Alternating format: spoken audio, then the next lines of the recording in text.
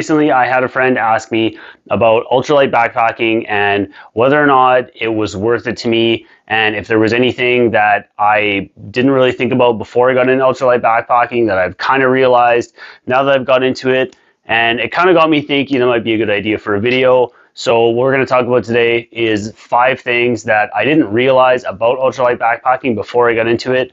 So hopefully this might help some of you guys and gals out.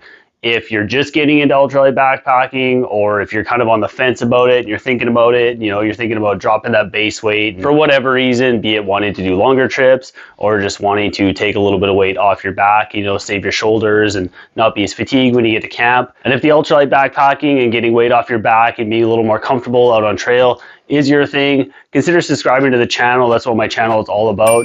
I love helping people be a little bit more comfortable out on trail. That's a big thing for me. So like I said, subscribe to the channel if that's your thing. But let's dive into these 5 things that I did not realize about ultralight backpacking before I got into it. The first thing we're going to talk about is you don't actually really give up your comforts when you get into ultralight backpacking. To me, this is a very common misconception when people start talking about ultralight backpacking and looking into it, is they're really worried about, I've got to give up all my comforts out on trail. I don't really think that you end up giving up your comforts when you get out there on trail and you start getting into ultralight backpacking.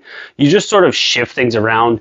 And the big thing with ultralight backpacking for me that's really helped me out is just finding ways to use my gear for dual purpose. So taking something like my Thermara Z seat, which I was always carrying with me. This is, my little ass pad. I like to fold it in half, plop it down on a log or a bench or even on the ground or whatever, plop my ass on there. It gives me some insulation from the ground, also gives me some nice cushioning.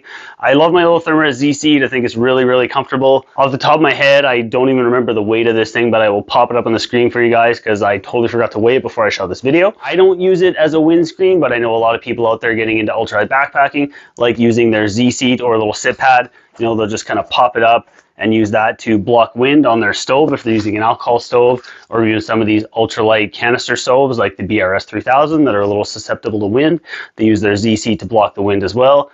And I use this as part of my sleep system when I'm sleeping in my hammock. I use a partial underquilt, so the underquilt on my hammock only goes to about the back of my calves. So I unfold my Z seat, slide it into the foot box of my top quilt, and I rest my heels and my calves on there, and that's what keeps the back of my heels warm when it gets a little chilly at night if you're in the Rockies. But the Z seat is just one example of different ways that I've been able to maintain my comfort out on trail while just utilizing my gear for dual purpose and eliminating some redundant gear that I could have another piece of gear in my kit that will perform the exact same thing, so kind of cutting weight out that way. The second thing that I did not realize about ultralight backpacking before I got into it and when I first got going with it was how addicting it actually gets. Once you start cutting out those grams and become one of those gram weenie type people, I honestly had no idea how addicting it actually gets. From the different materials and fabrics you can get, like these little Dyneema dog food bowls that I'm now rocking for Wanda. Like these things from Dutchware are ridiculously lightweight, and I've got some Dyneema pieces of gear for myself as well. And even diving into the DIY aspect of things, like making myself a little cat food can alcohol stove. This thing weighs 25 grams. This is what I use to boil my water. It works extremely well. And this is just the tip of the iceberg when it comes to how ridiculously addicting the weight savings and being a gram weenie is to me when it comes to ultralight backpacking. I could shoot an entire video series on how ridiculously addicting it is. And if you guys have followed the channel for a bit, you've seen a lot of the things that I've done to shave weight out of my pack. And talking about how addicting it is becoming a gram weenie and getting into ultralight backpacking, it actually ties into the third thing that I didn't realize when it comes to ultralight backpacking, and that's getting judged. I honestly didn't really realize it until I got into ultralight backpacking myself.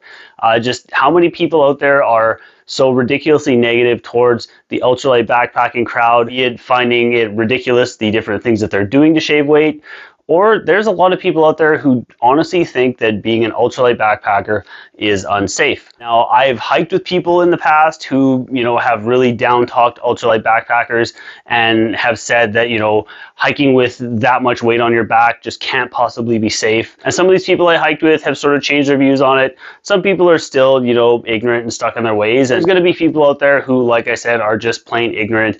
And it's just kind of one of those things for if any of you guys and gals are getting into ultralight backpacking, time. You may have to prepare yourself for it. There are going to be people out there judging you. There are going to be people out there being vocal about it. And at the end of the day, the best advice I can give you guys is just hike your own hike. Let them do their thing. You do your thing. Now, the fourth thing that I did not realize about ultralight backpacking before I actually got into it was how much of a difference it actually does make when you're out there on trail. Now, myself, I like to crush miles when I'm out on trail. I love doing longer backpacking trips.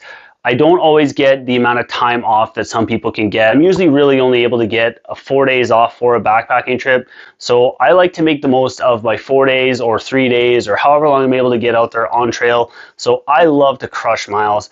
I like doing my 25-kilometer days. Now, when I started cutting weight out of my backpack and sort of dedicated myself to striving for that ultralight backpacking gear loadout, I honestly didn't realize how much of a difference it was actually going to make. I had read so many comments from people on different Facebook pages and different forum pages just saying that, you know, oh, you're cutting out all this weight and it's pointless. All you got to do is just train and just get stronger and just get yourself in more shape.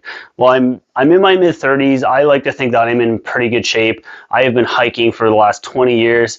And I cannot tell you guys what a massive difference it has made for me out on trail, cutting my base weight down to, like I said, just over 10 pounds for my base weight right now. And yeah, it has made a huge difference for me out on trail, just in terms of my fatigue and how far I'm able to push myself. When I was carrying a heavier gear loadout in my mid-20s, and I was in better shape in my mid-20s than I am in my mid-30s now, I was pushing about a 25-kilometer day, and that was about the max that I really wanted to do.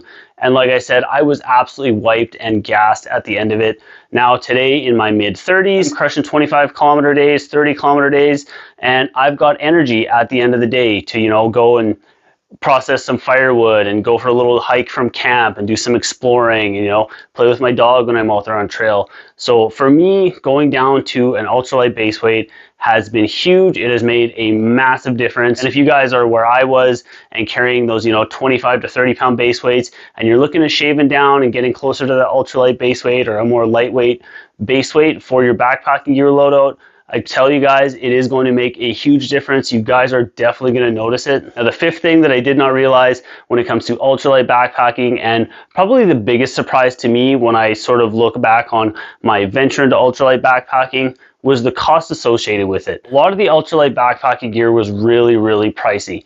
And for a lot of people, that is a huge deterrent.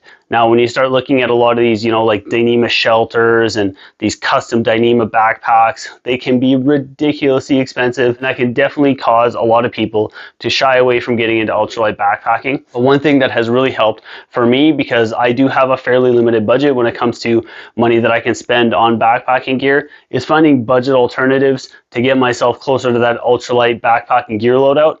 And I have found so many different ways to save money on ultralight backpacking gear and help me drop my base weight down. The cost associated with ultralight backpacking has actually been significantly less than I thought it was going to be. So if any of you guys and gals are thinking about getting into ultralight backpacking and you're worried about the cost and worried about just racking up those credit card bills to get yourself some ultralight backpacking gear, I've actually done a couple of different videos on budget ultralight backpacking gear, and I'll slide those right here for you. So when you're done with this video, check out either one of those videos. I'll see you guys over there. And as always, I'm Matty. Thank you so dang much for watching, and I'll see you on the next one.